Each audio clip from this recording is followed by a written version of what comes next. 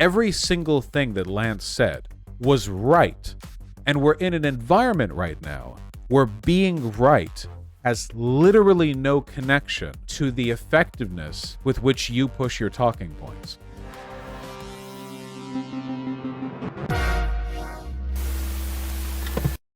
Our boy Lance. Our boy Lance. What's up? BC 7 New York police issue call for help.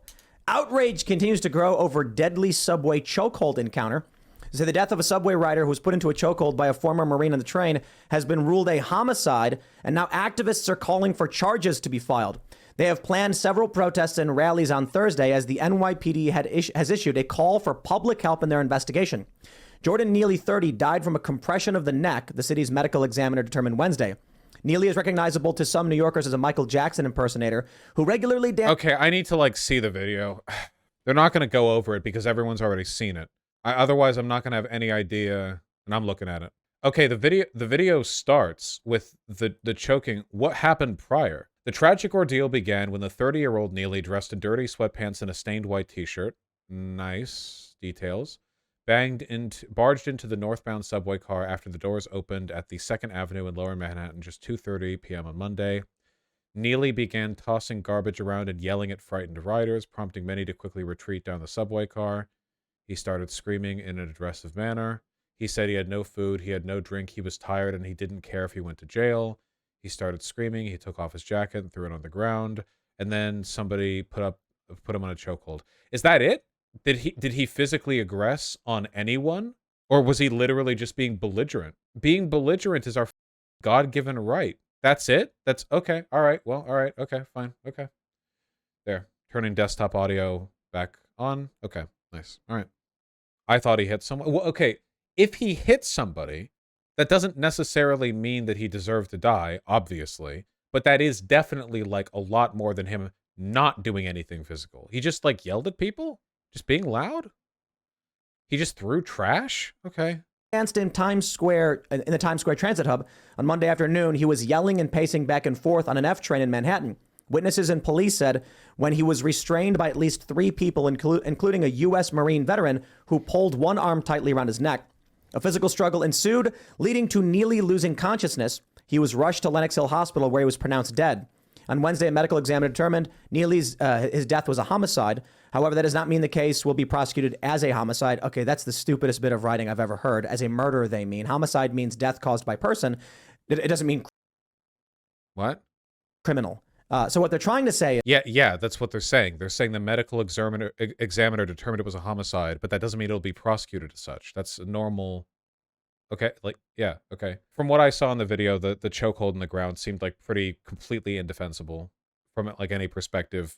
Very obviously, there's just not that much to say about it. It's pretty straightforward. Okay. Though the death was ruled a homicide, it does not mean the case will be prosecuted as a murder. That is up to the Manhattan DA's office, which is investigating. No. There are non-murder charges that could be derived from a medical ruling of a homicide, like manslaughter? No, why is he trying to outsmart the correct sentence in the article? Okay. But I suppose I'm probably being a little bit too harsh because you can, they're not being clear here. You can make the argument there's reckless homicide, there's negligent homicide. And so what they're saying is it's not clear that he will be criminally charged. They probably just should have said. They're going to say, as a part of our rigorous ongoing investigation, we'll review the medical examiner's report, assess all available video and photo footage, identify and interview as many witnesses as possible, and obtain additional medical records, read a statement from a spokesperson for the DA. So we've got video coming out of New York. Protesters, I believe this was yesterday, were seen in the streets, and the police made some arrests. And we'll get into it in a little bit, but one of our reporters, Elad Eliyahu, was physically assaulted by one of the protesters and had his property destroyed while he was in the process of doing journalism. But I wonder what kind of journalism he was doing at a protest over a murdered man that led to people getting angry at him. I'm just wondering. Let's just get down to brass tacks here, because I'm sure there's gonna be a lot of arguments about this one. This is the story of a guy who was having a mental breakdown. I guess the news that recently came out was that he was a subway performer and his mental health collapsed after his, I think his mom was killed, is what they're reporting. And after that, he kind of just lost it. And then he had been arrested 40 times. He had once punched a 67-year-old woman in the face. And so as he was belligerent and on the subway, reportedly threatening people, saying that he would take it, he was ready to die and he would hurt people. This is when the three men subdued him. Reportedly, the Marine told everyone to call 911 and get the police down there.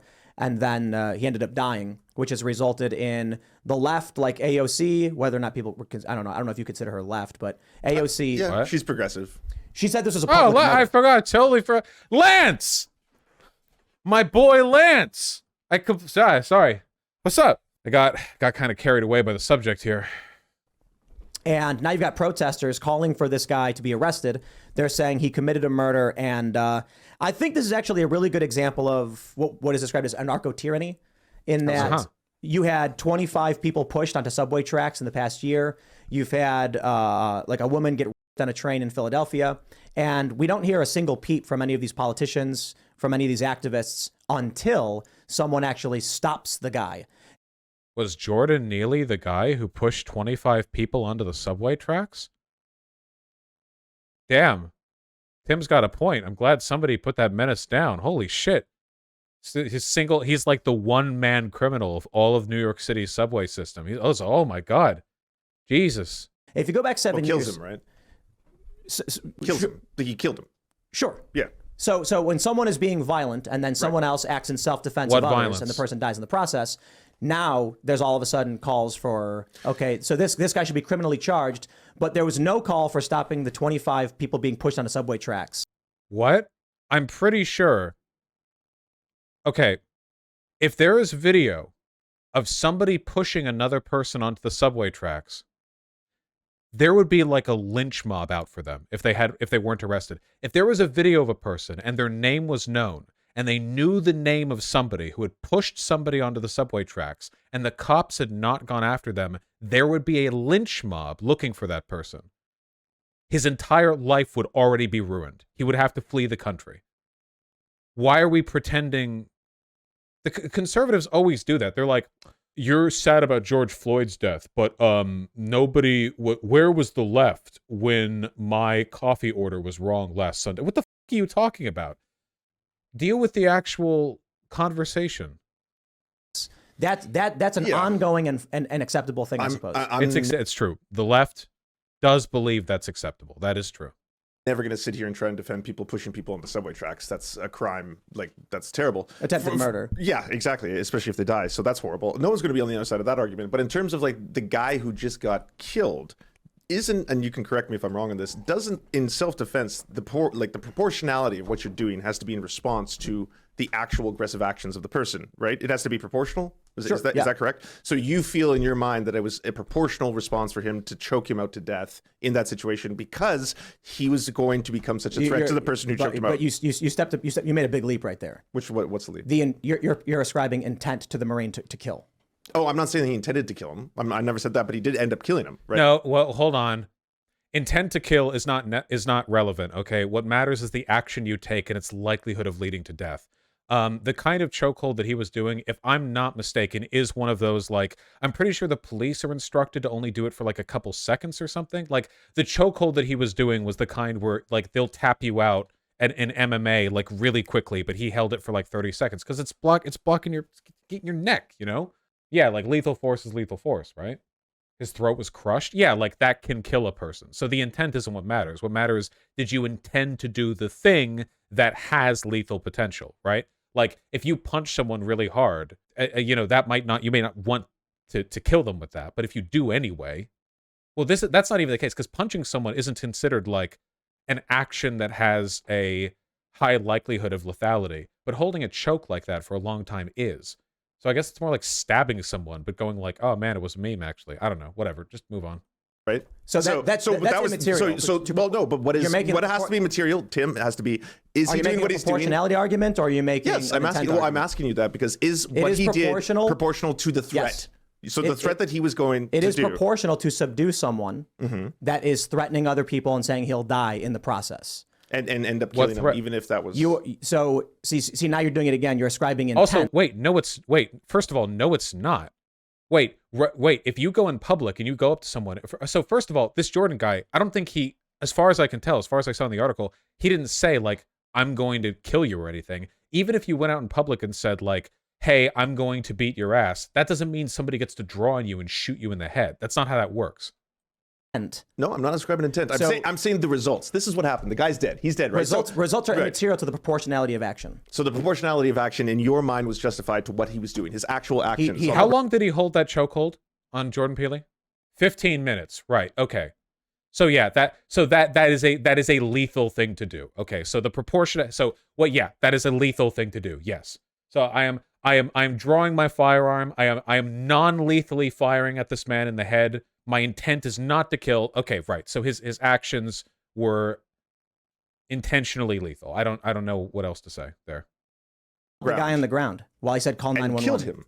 And choked him until he died. You're doing it again. No, you keep saying I'm doing it again. I'm saying this is the end results. I'm not saying this is what he meant to do. Maybe he didn't. I don't know. I don't know what's in his heart. Neither do you. None of us know what he meant to do that day when he woke up. Right? If someone is threatening other people, you are allowed to subdue them. And then would it be like an involuntary manslaughter? So see, no. But this is what happened. It's to the point of death. So you have. It's not a criminal. It's not. I'm not saying he intended to kill him. That's the difference, right? But if he ended up dying as a result of that, so the bait that Lance is taking right here is that intent is irrelevant. Like Lance should just say, bro, he held a chokehold for 15 minutes. What threat did Jordan Peele pose that could possibly justify that? Because like this wheeling, it's the timpool jibber jabber. You know, you have to find the difficulty. Okay, debate is a lot like cooking. Did I say Peele? Oh, Neely. Sorry. Yeah. Okay. The debate is a lot like cooking. Okay. The secret to cooking isn't what do you put in, it's what do you leave out. All right. If you had an infinite amount of time and energy, you could like get to any point, whatever, right? But debates don't have an infinite amount of time.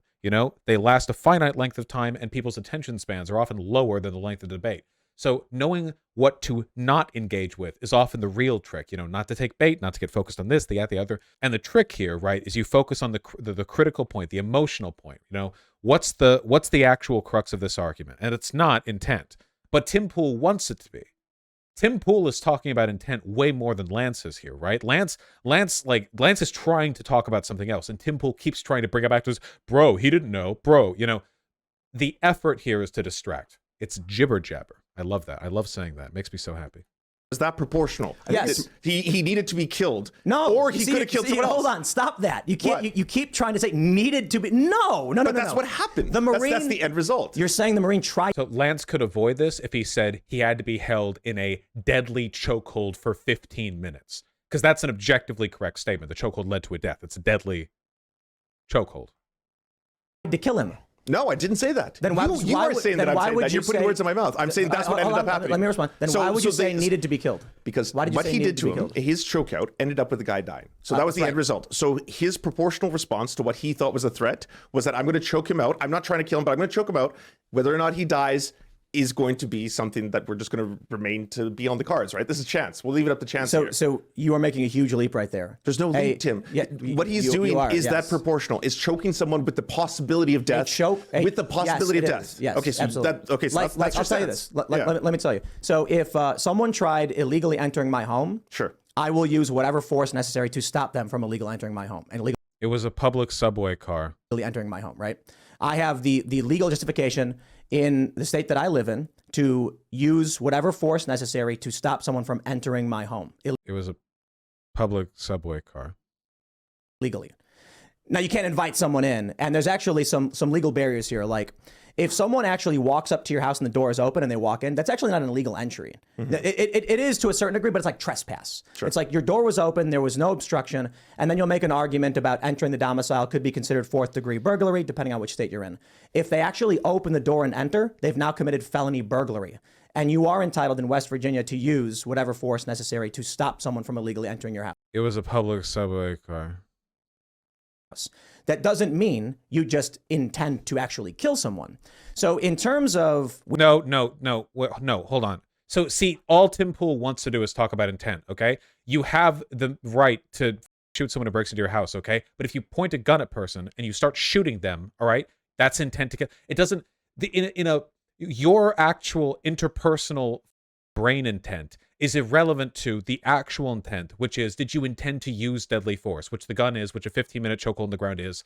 How long will this continue? We're out in the street. Someone is threatening someone else. You are legally entitled to subdue them.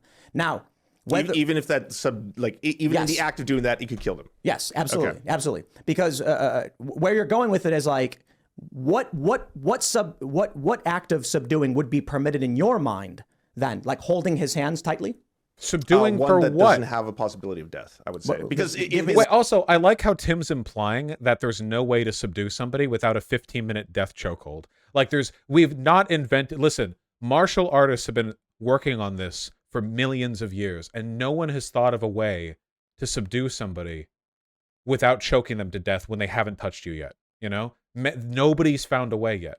Give me one in your martial arts expertise.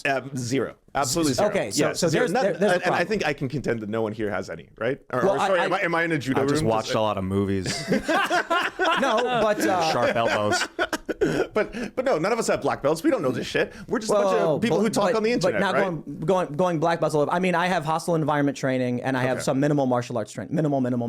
I've done some kung fu, taekwondo. So once again, there's no experts here to talk capoeira. about this. Yeah. So certainly will contend I am not an expert. However, if someone is threatening harm against another person, and 3 people find it reasonable to subdue him, and the person dies, that person was in the process of committing a crime. If you lose your life in the process of committing a crime, I'm not going to blame the victim. No, no. Oh my God, that was wrong on like 70 levels. First of all, what threat? Second of all, the number of people who arrive at a conclusion about proportional response doesn't actually influence the degree to which that proportional response is legally or ethically justifiable. And third of all, no, being killed because you're committing a crime. Follow-up question, what crime? But even leaving that aside, being killed in the commission of a crime doesn't mean it was justified to kill you. You can't unload on somebody because they shoplifted or yelled at you. That's not how it works. For this, right? Would you blame the victims for this? When you're saying victims, you mean the people who killed him? The people who were being attacked. But were they attacked prior, or did they try to subdue him? So do we have footage before the event begins? So in New York, for example, if you go up to someone and threaten them, you've committed a crime. No. What Tim is literally saying here is that any errant yelling on the street could immediately be followed with an execution. And that is, well, okay, of course, obviously Tim doesn't believe this. Because he knows, there's no actual way that he believes this. It's just, the extent to which he grifts for the audience and the extent to which, he actually believes the insane shit that he says here. Because Tim will often say stuff that you feel like it has to be a bit, like the 49-state landslide. And I personally think it's because he knows his audience is stupid enough to eat it up. But this is something else, man. Really think about this. Right? You've committed a criminal act of violence against another person by I thought words weren't violence, Tim. Aren't conservatives always the ones doing that? Wow, words aren't violence, you pussy. Real violence is when you hit someone with a bat, idiot. And now he's like, okay, actually, but I should be able to lethally defend. You know what? I agree. Hey, trans women, all right? Anyone vaguely threatens you in the street, congratulations. I hope you're concealed carrying. It's New York, so you're going to have a tough time getting that license, but hey, the gates are open because timpool approves. That's what he's saying. Literally, if you're a trans chick and you're walking around New York and some guy who looks exactly like Timpool walks up to you and they're like, oh, you piece of shit, someone should kick your ass, you can just unload on them. That is literally what Timpool is saying. It's not even an uncharitable interpretation. That is just explicitly the thing that he's saying here. Threatening them and going up to their face, right? And so you're saying at that point you have the ability to proportionally respond with violence. Yeah, actually, there's a video of this. Myth Informed has it. 7 years ago, this man was called a hero for diffusing violence by putting another man in a chokehold. A man in the subway was getting up in people's faces, and he was threatening them, and another man got up behind him and put him in a chokehold, and he was put on national television, and he was celebrated as a hero for doing so. Okay, hold on. Let's take a look at that. So we've gone to 7 years ago. To the whataboutism is now moving back to this point. Okay, 7 years ago, the media called this man myth-informed Twitter. Give me the tweet. Let's take a look at these definitely identical situations.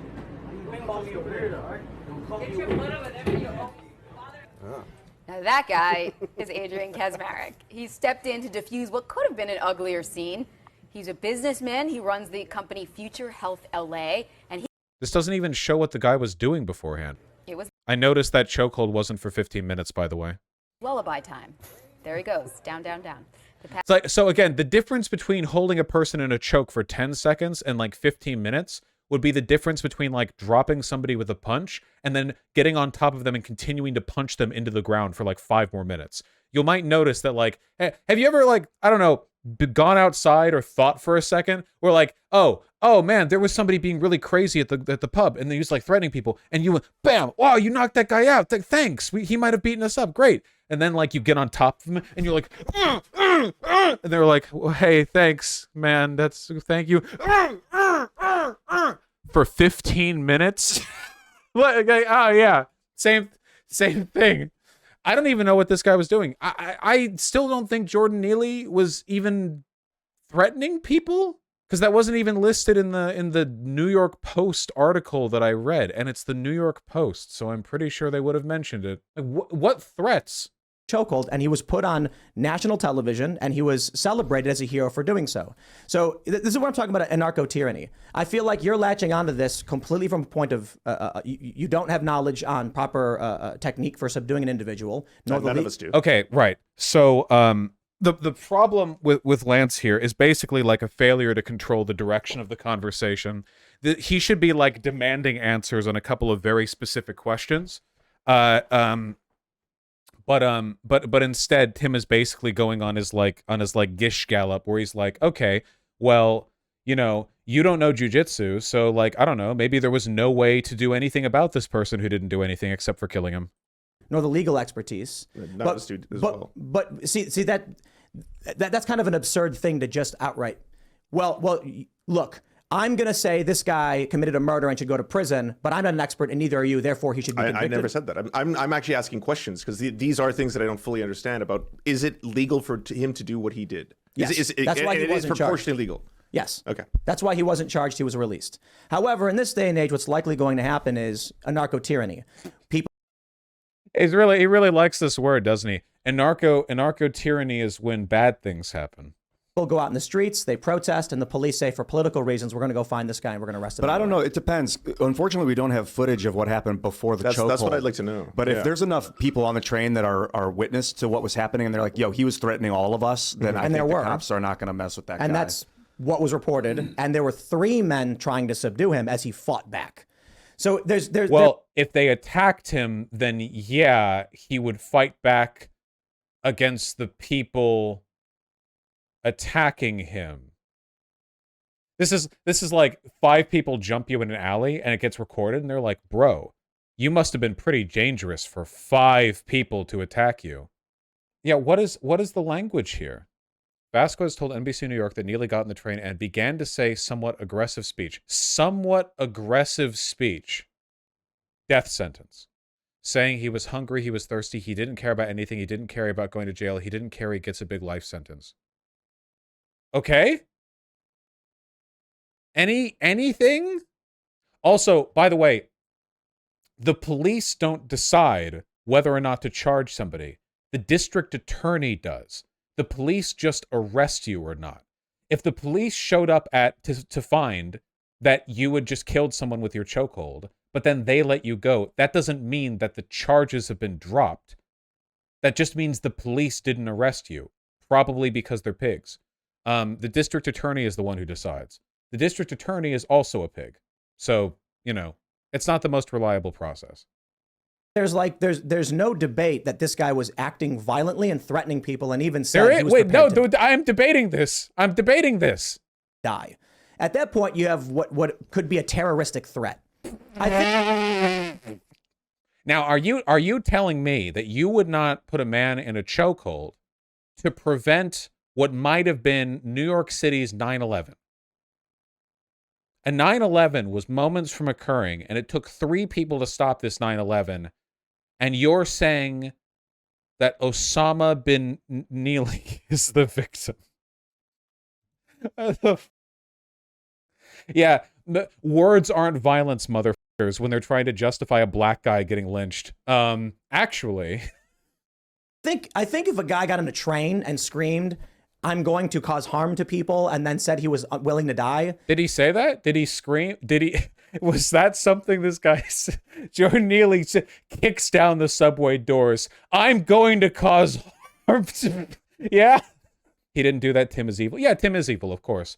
Lance needs to be like 5 times as aggressive here as he's actually being. So the key. So here's, I'm gonna say, like, imagine you're in Lance's position and you want to like you want to like, okay, he's spewing bullshit. He's spewing bullshit, and like, how do you stop this? Okay, the best way to stop this nonsense. All right, first of all, don't get angry, because if you get angry, then you're triggered and you lose. All right. And Lance is good at that, to be fair. Lance actually does hold frame really well on that issue. The problem is Lance is really nice. What this situation calls for is being incisive, condescending, and mean. You need to interject in ways that put Tim on the defensive. You need to you need to seize control of the discussion by giving him pointers that aren't easy to immediately respond to or dismiss. A good way to do this is with careful invective. Like you want to probe, but not so much that the audience would feel justified in sympathizing for Tim. Ideally, you want to put, so okay, the best way to do this is, Tim knows he's lying, right? The best way to put pressure on Tim is to put pressure on the lies in ways that force him to answer questions he doesn't want to answer. Like, here's an example. What evidence is there of him threatening? What did he say to threaten people? Can you provide a quote of threats that he provided? That would end this right then. No, like, hey, can you look at the article? Is there like any evidence at all he did anything? Anything he said, anything he did? Oh, he said he didn't mind going to prison. What does that mean? That's it? Death sentence? You can get jumped just for saying that? Go out in the street and just say, oh my God, my life sucks. I wouldn't even mind going to jail. Then just 50 guys with trench coats, guns, just shoot you? Huh? You do the... Now, Tim can't just dismiss this. He has to respond in some way. But Tim doesn't want to respond with that, because there's no way to without making his argument look a lot weaker. So he gets frustrated. Tim's a good speaker and a good debater, but he's not perfect. And even people like him can get flustered and can lose their cool a little bit. And the more they lose their cool, the easier it is for you to put pressure on them. They're the triggered one now. I thought words weren't violence. Now you're saying you put a person in a chokehold for 15 minutes because of words they've said? Kind of snowflakey behavior, don't you think? A little bit of comedy works too, because if he gets mad at something stated like that, makes him look bad to the audience, you know? You guys understand what I'm talking about, right? The point is, how do you treat somebody with the contempt they deserve without getting their audience to feel sympathetic towards them? You'd probably want to stop them, because there's signs all over the subway saying, if you see something, say something. And I suppose we could go the route of... That's true. When you see a person being loud, kill them immediately. That is what those signs mean. Vosh, I'm curious, would you have felt nervous in this situation? I would have, but this is no excuse for what happened. Bro, I grew up in LA. I grew up around crazy homeless people yelling all the time. They never attacked me. Sometimes they do. Sometimes people hurt you. But if you're walking around LA, especially at night, the kinds of people who are going to hurt you aren't likely to be like desperate, miserable homeless people. They're likely to be roaming, drunk young adults or people associated with gangs. The homeless people usually are the most disproportionately people in this environment, you know? I don't fear the home. Now, can a homeless person attack you? Are they often scary? Yes!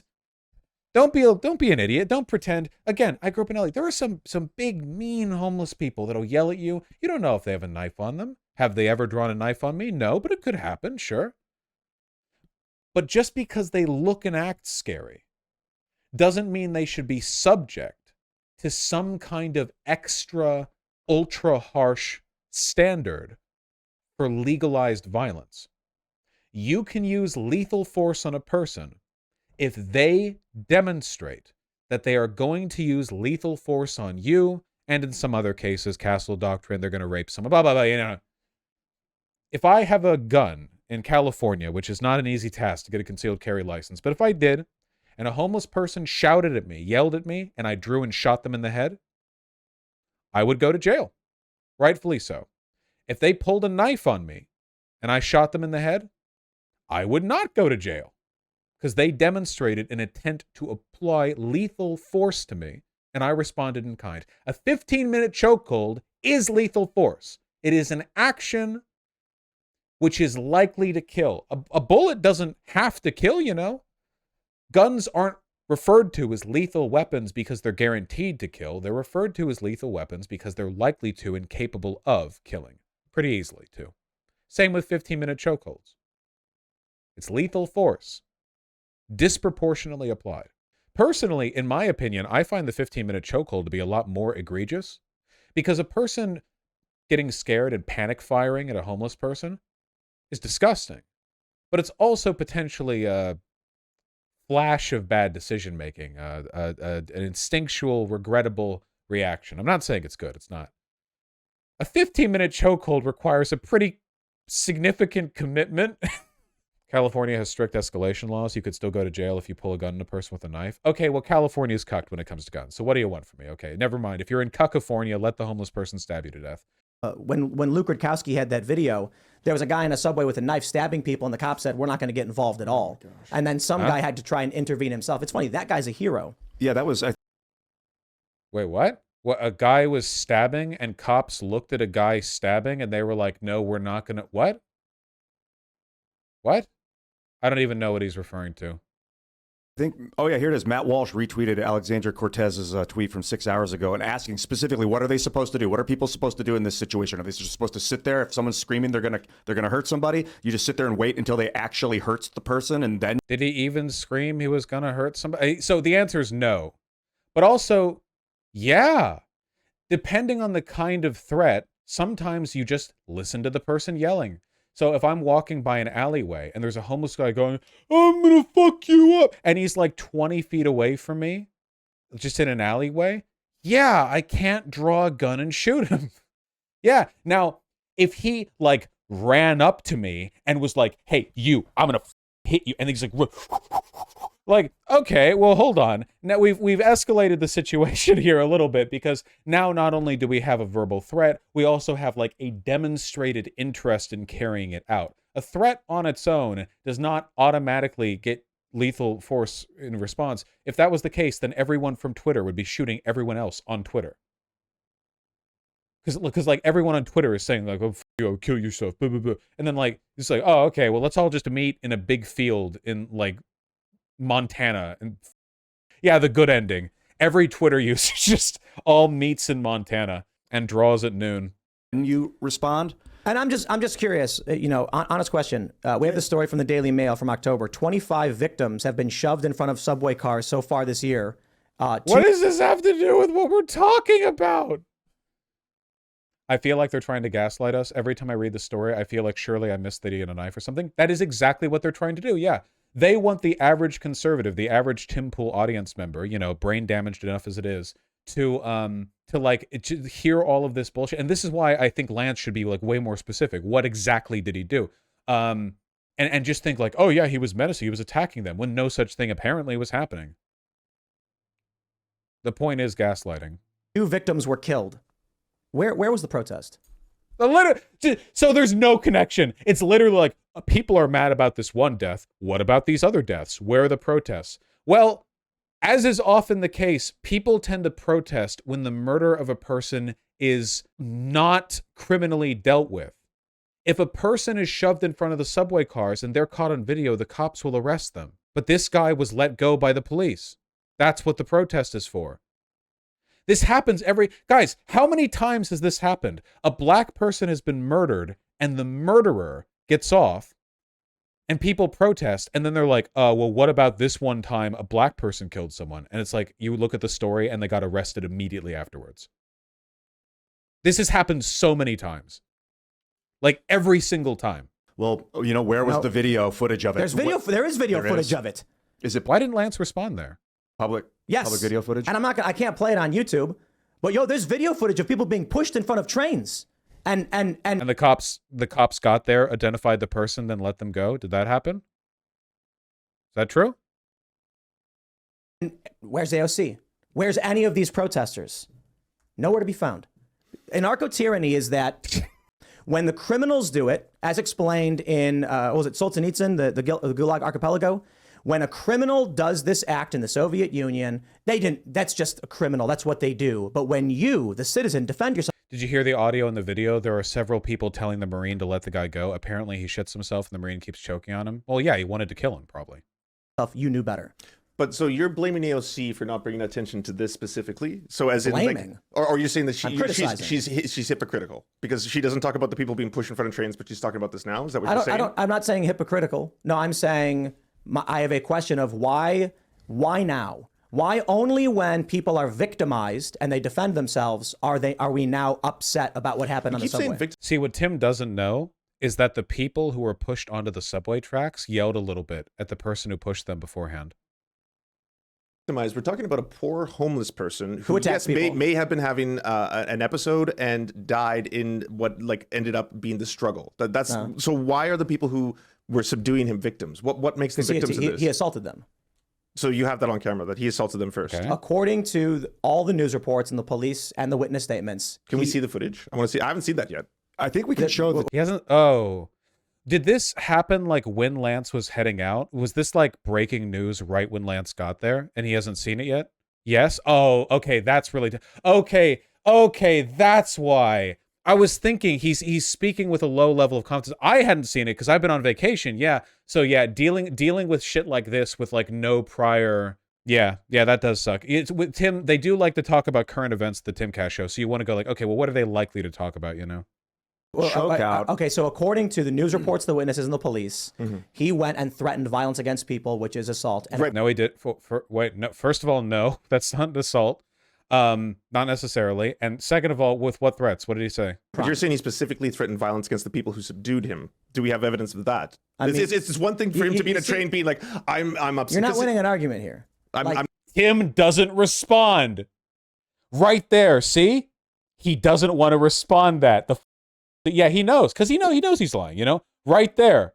I'm not trying to win an argument. You're being I'm awfully asking pedantic. It's awfully pedantic for you to specifically say what he did to deserve being murdered. Pedantic? Yes. Why would you use pedantic in this? So don't take the bait, Lance. This is the thing. Jibber jabber. Ignore the jibber jabber. He's going to do everything to pull you from that question, but the fact that he's pulling you from it is evidence that it was the right question to ask. Form. I'm trying to get to the root of this problem. No. It's absurd to imply that if a guy walks up to a woman and says he's going to harm her, that another man can't protect her. Right, and so this is why I'm asking: did he say to the people who subdued him, "I'm going to harm you. Yes, I'm going to hurt you"? That's immaterial to a self-defense claim. What? Well, saying I'm going to harm you is assault. Okay, so did he say I'm going to harm you? Well, that's immaterial to the assault claim. What? We're going to get a lot of use out of this. Oh my God. Magical thinking. Claim in proportionality. Okay. If this guy was threatening people, right? And then someone said, I'm going to stop you before you hurt someone, that is legal self-defense acting in the defense of others. Neely did not appear to be armed or looking to attack anyone, Vasquez told CNN. Yeah. So Lance has to press on this. Like, okay, so what did he say? You keep saying abstractly what he did, but like, what did he do? Like, tell me specifically, what were the words? It sounds like you're making it up. That makes those people who are stopping the guy threatening people the victims of a violent individual who is trying to cause harm. See, God, I really wish Lance had said like, okay, so do you think that if so if you're like transgender and anyone like you're at a protest and there's like counter protesters and one of them says like, oh, I'm gonna you up, you can shoot them? I would love to see like Tim immediately like try to parse that immediately, right? Though it would have to be after this because the jibber jabber flows. It would be getting on another subject. The idea that like any vague threat can be responded to with lethal force is psychotic and would immediately end civilization. It would be the end of all things. The funny thing is that what Tim is talking about here isn't even like psychotic in a medieval sense, because if you go back to like 1,000 years ago or whatever, and Tim said this, they'd beat his ass back then, because that'd be insane. Can you imagine like the year is 1127 and any time a guy yells at you or sounds threatening, like people are killing each other, there wouldn't be anyone left. There are higher standards of civility. They had rules about drawing swords back in the Middle East. Like the idea, It is a level of paranoid, psychotic, right-wing delusion that exceeds the excesses of our history. It's out of time and place. It's insane. I just find it fascinating that there's an effort to defend the aggressor in this circumstance, right? Oh, so you're suggesting that the guys, even if the guys that were choking out weren't the ones being threatened, that they're still considered a victim because they stepped in to defend other people? Well, I'm saying outright that if you're on a train and there's a guy, you're on a train, you can't get off that train. You are trapped, Yeah, right? You can move to a different subway car, which the article said other people did. I don't think he was like following people subway car to subway car, like menacing them. I used to live in this area, by the way. I used to live in Flatbush. I used to take these trains every single day. I have seen this. I have seen this and worse. I have seen people in the middle of episodes where I was like, this person could potentially either harm themselves or harm me. It never crossed my mind that I need to choke them out to the point of potential death in order to protect everyone else on the train. That never even entered my mind. So that's why I'm asking you, do you have specific footage of him threatening the very people who subdued and ended up killing him? So the one mistake that Lance is making, that Tim, I guarantee you, because I can see the future, it's a power I have that you don't. The mistake that Tim is making here is that it does not matter whether the threats were directed against the three men or against people broadly. Apart from that, he's right on the money here. But it doesn't matter who it's directed at. But why does that matter? I don't think there is footage. But like, what is it? All right, well then that's all I want to know. What does that have to do with what I said? That's why I understand your thought. Because I would think that the proportionality being that you ended up killing them, even if that was not your intent, I understand that you don't think he intended to do that, fine. But even if that was it, were they like threats to him in the immediate present? Were they on the verge of committing an act of violence towards him that required proportional violence that ended up in death? But it's not a requirement someone threatens you for you to act in defense. See? I can see the future. See? Tim Pool is ignoring the question and is going to pretend that the entirety of the question is centered around who specifically the threats were directed against, as opposed to the real question, which is what the were the threats anyway? Of others. Right? So your question is kind of in an unnecessary direction. And I'll elaborate. If you're on a train and you're trapped in a box. Jibber jabber. It's gibber. Now he's going to talk about, if there's a woman who's being menaced by a homeless person, then you have every right to step into, but it's irrelevant. It doesn't matter. And someone is threatening violence, then yeah, you're a victim. Because so I've been a victim multiple times then. I was in these subways. Absolutely. Yeah. Okay. It's the craziest thing to me. So again, Lance hasn't seen the video because this is new to him. But he should be like pressing on it. What violence? Because this is the gaslighting, right? Tim is taking advantage of this. What violence? What specifically happened? But I don't feel like a victim. I've never been hurt. I never was hurt by people who were going through those kind of episodes. Other people have been. I'm not saying they haven't. I'm not saying this is a good thing. 25 people were pushed in front of trains. Okay, so these 25 people who were pushed in front of trains, how is that directly related? Were these people also going through episodes? Were they also people who were homeless? Don't engage in the bait. Don't even like try to like ask facetiously if there's a parallel, because there's not. It's literally just to distract you. Did they have mental illness? I would say anybody shoving here? someone in front of a train at random is like going through an episode. You know what I mean? The correlation is that crime and murder on the subway has been Wait, what? Shoving someone onto the track, what means the person who shoved is having a mental episode? Also, Tim is lying. There were actual protests and shit for some of the shovings. Oh, oh, wow. Play the video. What? New tonight, honoring the life of the woman who was pushed to her death into an oncoming subway train. CBS 2's Ali Bauman on the tributes to Michelle Go in Times Square tonight. Hundreds of people joined together here tonight, pained and solemn, but determined to ensure Michelle Go did not die in vain. Michelle Go's smile shines over Times Square, feet above where she was pushed to her death onto subway tracks over the weekend. A full Times Square built. Jesus Christ. Where's the people where's the people protesting? Increasing, or has at least been apparent in the press, but I don't see you caring about it at all until it's the Don't aggressor. engage. It's all bad faith. It's 100% bad faith. It's not like Tim is showing up for these vigils. It's these literally just to distract you. Who gets killed? No one, I think, on the left is going to defend this stat that you're pulling. Then why put a guy in prison for finally saying stop killing people? This is like Tim. What? That's what happened with Jordan Neely's death. A guy is going to be put in prison for finally saying, he's the first guy to say this, you know? Nobody had said this before. Stop killing people. And he just said it. And that was what he said. If I approached you today and I was like, hey, do you know what goes on in Rikers Island? Have any of you done a show on what happens in Rikers Island? How they hold people in Rikers Island? Do you know what? We Completely. Lance just took the bait here, unfortunately. Nothing. You have to. So this is one of the reasons why being nice can make you can be like a handicap in some debates. When people are deliberately evasive, what you need to do is you need to ignore the feeling that it's rude to repeat questions, because sometimes you'll ask a question and the other person will be like, boo, and they'll like ramble off or do something, and you have to be like, cool, now answer my question. And that feels really rude to do, but you need to. Because when you're arguing with somebody who acts in good faith, you know, you can expect them to reach out and make an effort to fulfill their part of the conversational the expectations, you know, to put work into keeping their side of things well regulated. But the more you ask a question over and over, and the more they refuse to answer or give bad answers or half answers, the more bad they look. Not Rikers Island specifically, but we talk about prison reform all the time. Okay, and how do you know about bail reform and the fact that people die in Rikers Island waiting to have their day in court because they can't afford it? And we've talked about it. And you've done entire shows on that. And you talked about how people literally die in prison while they're waiting for that shit? We talked about terrible. Yeah, okay, so we actually talked about one guy who got wrongly arrested, lost his job, was kicked out of his apartment, went to Rikers for 3 months, only to be released and then told, sorry, there's nothing you can do about it. The city owes him nothing because they consider... You should also never ask questions like this to a liar, because they can lie. I don't know if Tim's lying right now. He's lied the whole conversation, so he could be now.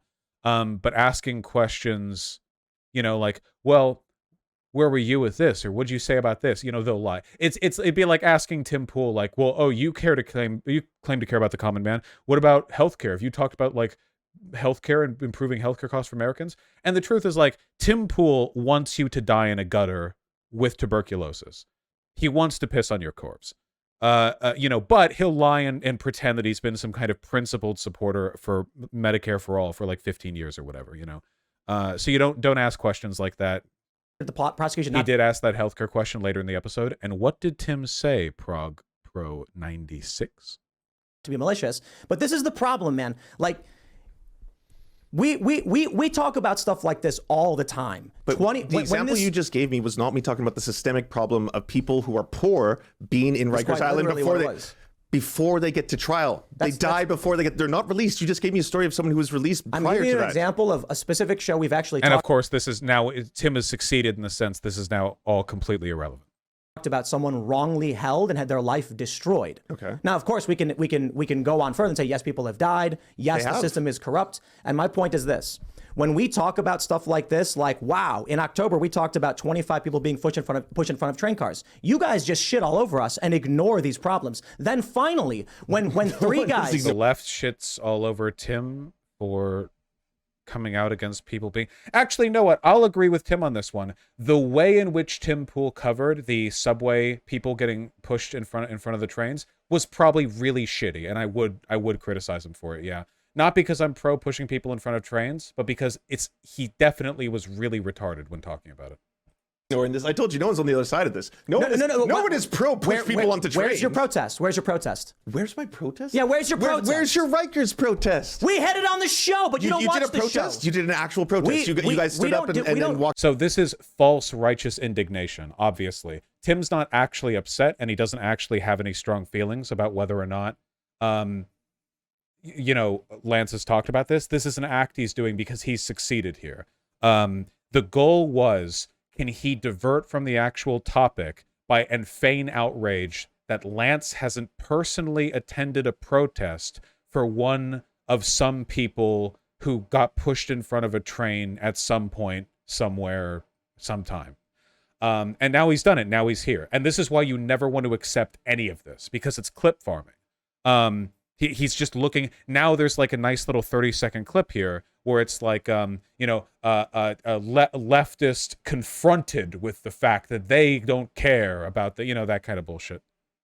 walk to the We streets don't. or We what? don't go on the streets ever, But right? I'm You not. do. I'm not blaming you for not talking about that, Tim, because this is the problem of like you are judging someone based on absence, based on your absence of caring about something. Why haven't you talked about this, Lance? The fact that you haven't talked about this means that you don't care about that. That's not what I said. not true, though. That's not what but I that's said. the implication of what you were saying right now. My implication is, instead of helping us deal with this when we talk about it, you make up garbage about us and then post nonsense on the internet. What have I brought up garbage about people pushing people into trains? This is the most No, random I'm not example. talking about you saying. I'm saying you don't talk about it, right? I'm not criticizing you for not talking about it. I'm saying finally, when there are people who are like, we've had 25 people pushed in front of trains, we've had 2 of them killed, I'm not going to let this person hurt somebody. It's y'all saying that person should Now we've had another person killed. And now we're finally... go to prison. It's like, how is that solving the problem? You guys are making it worse. Thanks for watching this clip from... Yeah, see? And then it cuts off right there, even though they definitely continue to talk for a while. Really interesting that Tim is describing a murder in broad daylight as solving a problem. Yeah, this is literally like murdering somebody for being loud in a subway, and Tim is framing this as the murderer was doing some kind of heroic protest against crime on the subway.